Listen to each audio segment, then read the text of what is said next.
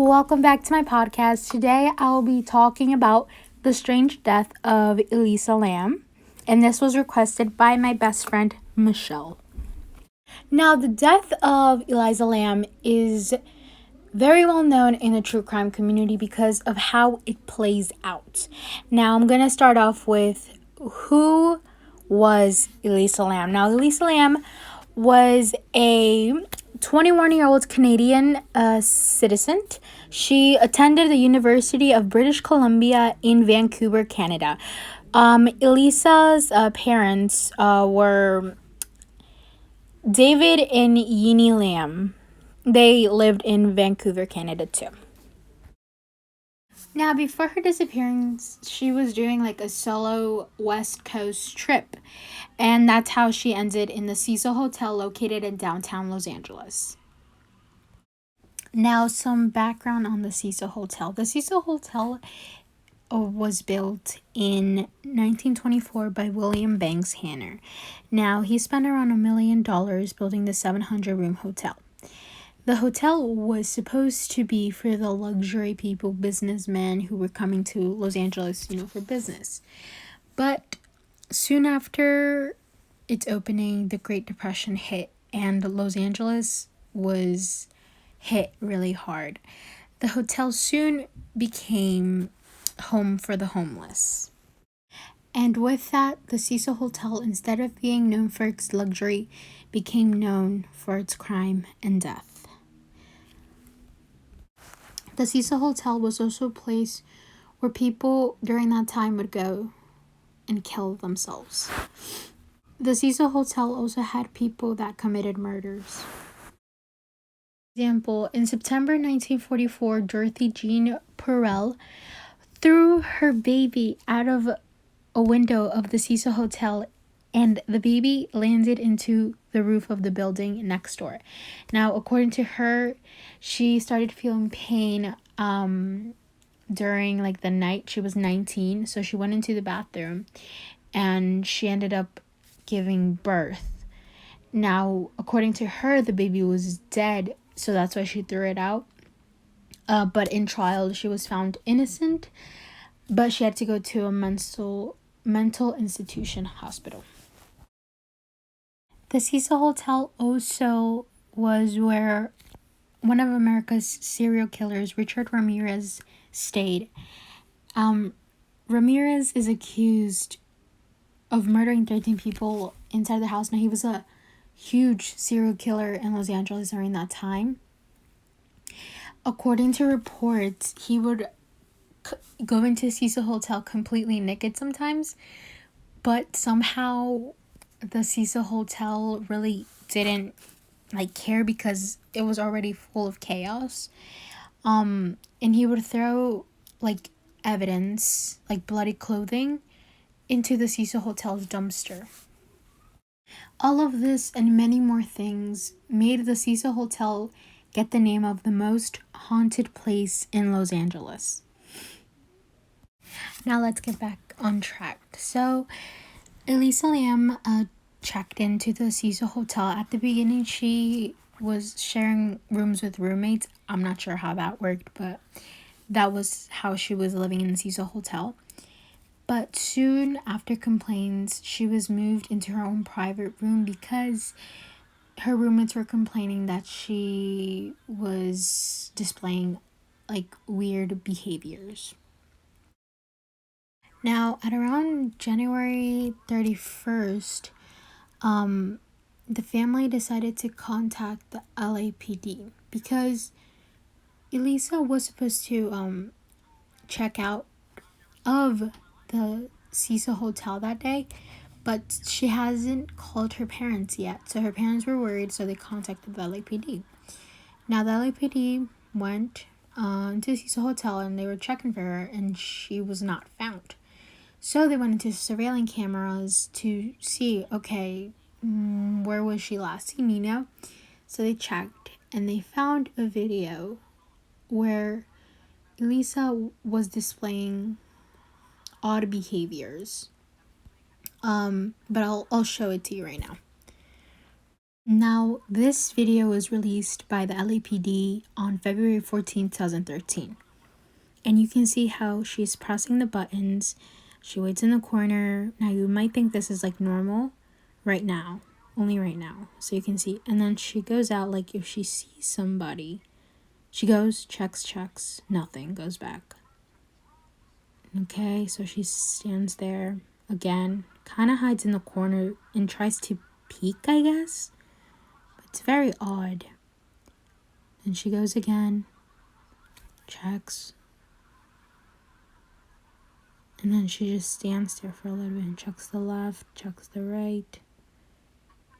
And then she steps out with one foot, checks left, checks right, and she jumps. And then she's just standing there and she jumps back in, walks back out, and then she just at the side of the elevator. Now the elevator hasn't closed yet. And she's just like standing there. And then you can see her hand gestures. Like if she was talking to somebody, but you can't see nobody.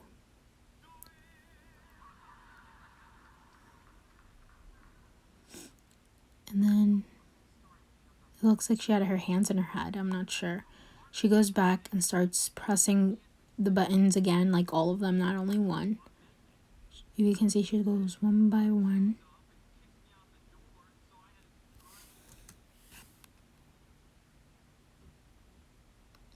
So she just continues to press the buttons and she just stands there again.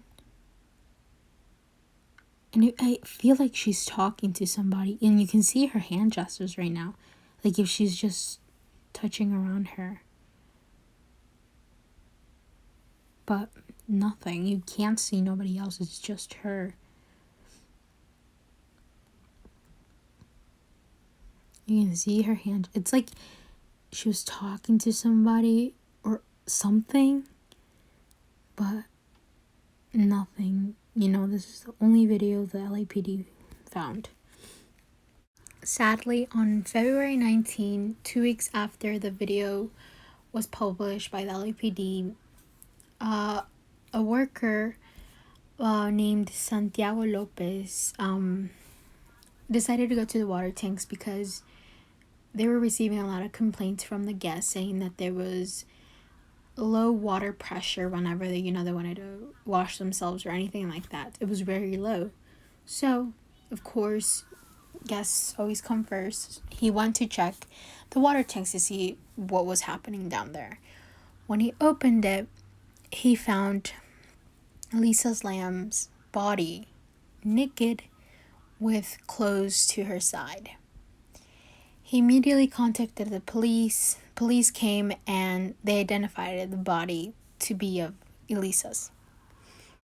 After the video and after finding her body, many people wondered, was this foul play or was this an accident? When her autopsy came out, there were no signs of scratches or any cuts or wounds or signs of struggle. So many people who thought she could have been murdered, really there was nothing backing up their theory. Now, many people believed that she might have been on drugs or something because she suffered from mental illness and she had a bipolar disorder. So many people thought, okay, maybe she took too many of her meds and she accidentally, killed herself, But others think that it might have been a suicide because of her mental illness. Maybe she didn't take her medicines and maybe that explains why she had odd behaviors in the beginning before she died. And that also explains why she was acting weird in the elevator. But truly nobody knows what happened to her. Many people, including I, still don't understand how she was able to get into the water tank in the first place. Like, how did she get to the rooftop? So, like, I watched the BuzzFeed video about her death, and I still don't understand how she got there because in the video where Ryan is explaining everything, the doors have like alarms, as soon as you open it. Even the person that found her body, the worker, had to first turn off the alarms to open the door. She didn't have any access to the alarms, so many people were speculating that somebody that worked there killed her. But again, the autopsy report showed that there was no signs of struggle or cuts or anything. And many people were saying maybe she was drugged and that's how she was killed. Again, there was no signs of drugs or alcohol in her system.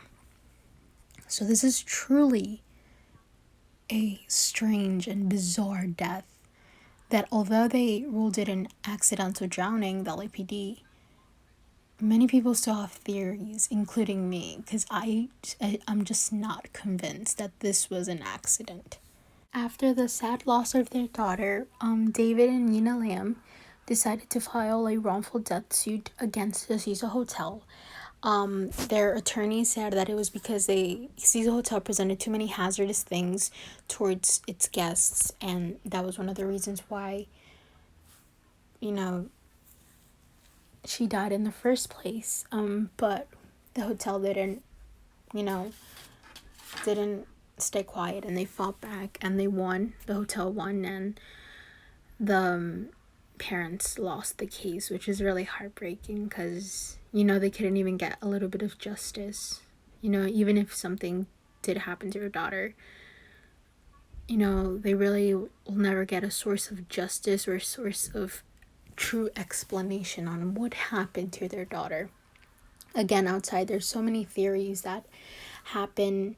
There's like Reddit, and those kind of things that say, oh no, she was killed by this, or it was something paranormal. Because again, if you remember what I was talking in the beginning, the Cecil Hotel is like one of the most haunted places in LA.